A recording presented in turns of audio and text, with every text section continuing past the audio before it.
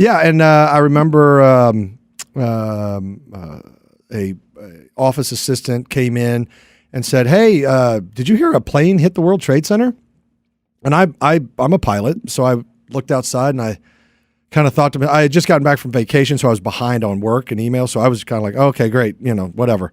And I started working, but then I started thinking about it. I was like, well, how's that possible?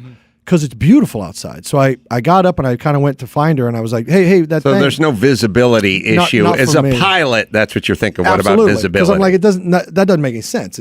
It's too clear. It couldn't possibly be. So I said, well, was it a little Cessna or was it an airliner? And she goes, I don't know. Because if it was a Cessna, I could say, well, maybe a private pilot had a heart attack, while he was flying, or there's a laundry list of things. Because we all didn't know.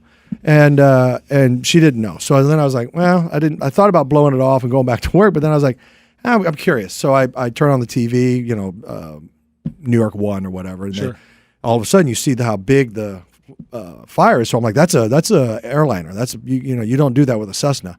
So I was like, holy shit.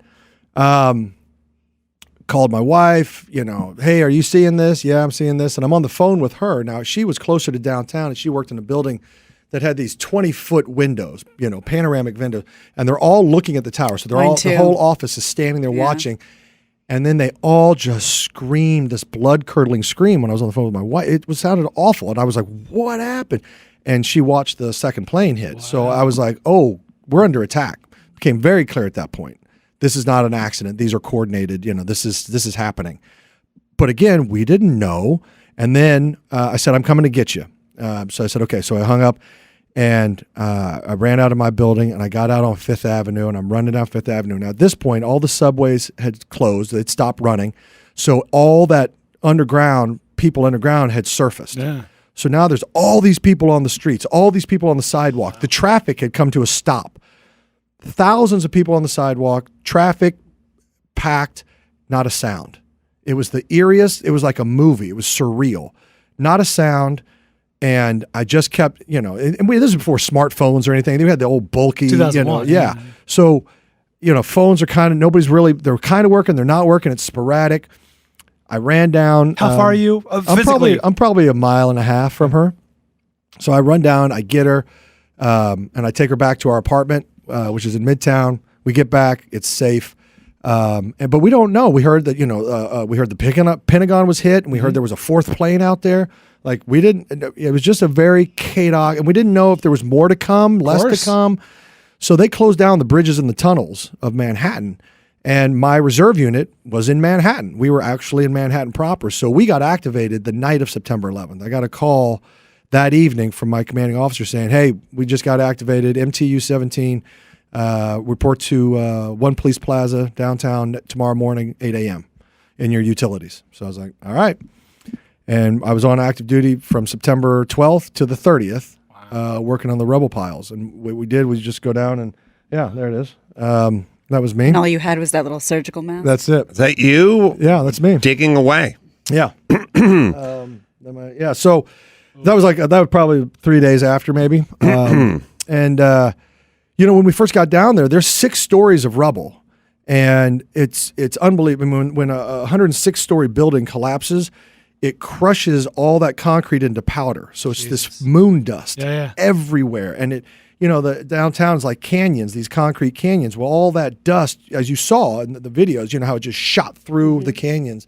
So there was moon dust all the way from Police Plaza all the way down to the ferries. Wow. I mean, it was the lower Manhattan was just caked in it.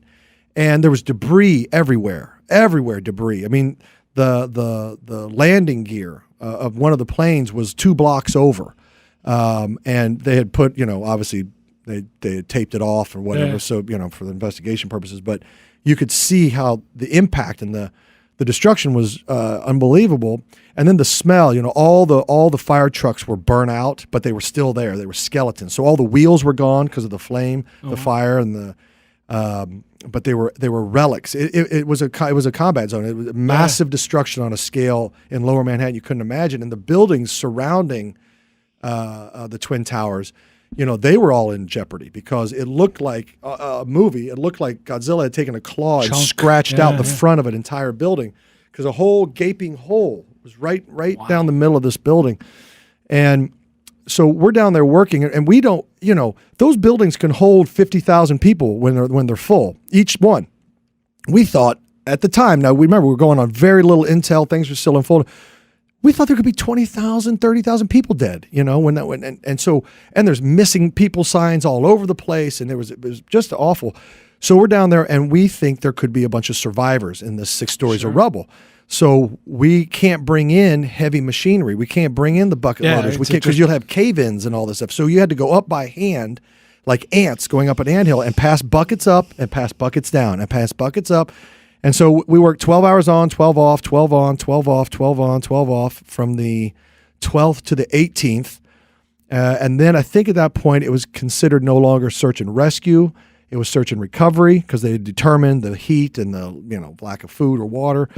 So at that point, they switched it, and they were able to bring in some of the bucket loaders. But I'm telling you, while we were up there working, they would drop listening devices in, and they would blow a whistle, which means everybody be quiet, and you could hear a pin drop down there. And they'd have the listening devices, and they'd listen for about 2 or 3 minutes. If they heard nothing, back to work. So everything started again. And then they think they heard something, so they dropped listening devices. We'd all stop. Then they had an old-time air horn, like a World War II, air raid siren. Yeah, and if they fired that up, it meant get out of there because one of the buildings was threatening to collapse. Because I think like a day after, maybe 2 days after, one of the buildings did collapse. So there was buildings that were not safe, and they would fire that thing up every now and then because the winds would get something, or I don't know. But it was all we knew is when they sounded that horn, boogie. Yep. And so, sure enough, I remember one time they blew that thing, and we all started running off the piles, and we're running down the street trying to get out to the sides. And they have those, portable night lights, or spotlights or whatever, but they're on wheels. It's like a generator with a big spotlight on it. Mm-hmm. But it has that long hook for the trailer. Yeah. Sure. Right? So they had that anchored because, for the night work. Yeah. Right. And as we come off the piles, you came around the corner, and, it's a bum rush because you think the building's going to collapse. And I got my legs pinched between the neck of the trailer, and everybody pushing behind me, and there was that split moment where it's like they're going to break my legs because there's too much there's too many. Right. The rush is too much, and they don't see I'm pinched up against this thing.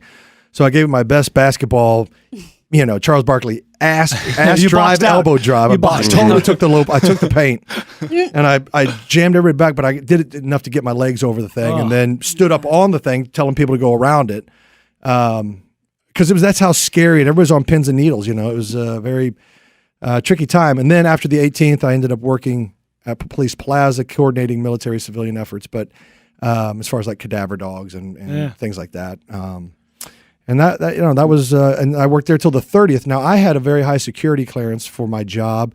So I knew we were at war. I was a captain. I knew they were going to need people. So I volunteered to go back on active duty, and it didn't take long. Central Command picked me up pretty quickly. I got my orders on November 10th. And reported to Central Command on November 17th, and then I was in Afghanistan November 30th of 2001. So it didn't take long. Was, so a couple things. Not since Doug Benson's story have I seen this kind of intensity. And I don't use the word hero, but I did it with Doug. Oh, no, wait, he smoked pot. That's right. He was just watching TV. But anyway, did you find anything? How many people were there working physically on the brick by brick sort of dismantling of the 6-story pile of rubble? Like, how many souls were just sort of on the pile the couple days afterward, would you say? Oh, there were several hundred. Probably, I would guess, probably in the 500 range. And is there anything you found that haunts you, or that would be considered like a personal effect versus, something that was masonry based? No, I mean, there was. When we would take our breaks, I would go over by the old church down by Wall Street there, and you just kind of hydrate, have some water, grab a bite to eat before you go back. But I remember every time I walked over and walked back, because I was on the corner of the second tower, World Trade Center 2 or whatever, on the southeast corner. That was, there's an old Burger King over there, was kind of our headquarters as well, like where we set up or whatever. And our little trail kind of went up that side, but everybody had different places to kind of report to. And that was that's where I worked out of. But as I would walk to a break or as I would walk back, there were pictures from people's cubicles. Yeah. Everywhere. You pick up family pictures. You could pick up stuff from Cantor Fitzgerald, like old memos. Literally, it was this sort of litter from the site that just blown around everywhere. Yeah, I was there too. Not obviously not doing what you were doing, but living downtown and working downtown, saw everything you saw, and for weeks and weeks, the paperwork that was flying around. It was just you just got used to it. It was everywhere. Was it was smoldering while you were cleaning, right? Like there were still things on fire. Yeah, there was. I would say maybe I can't remember now exactly, but I would say a couple days, 2 or 3, maybe it was a week. I lost track a little bit, but one of those days it rained. And it turned a lot of that moon dust into a paste. Yeah. And that had a very distinct smell to it. We've all smelled wet concrete or whatever, but when that rain hit the moon dust, made it into that paste, there was always that burning metal smell. It was like really sour, like pungent and sour. Yeah, it's a very distinct smell, and probably never smell it again, I hope. But yeah, it was very distinct. And then that pasty, concretey smell. Wow, I talk about right in the thick of things, right in the middle of it.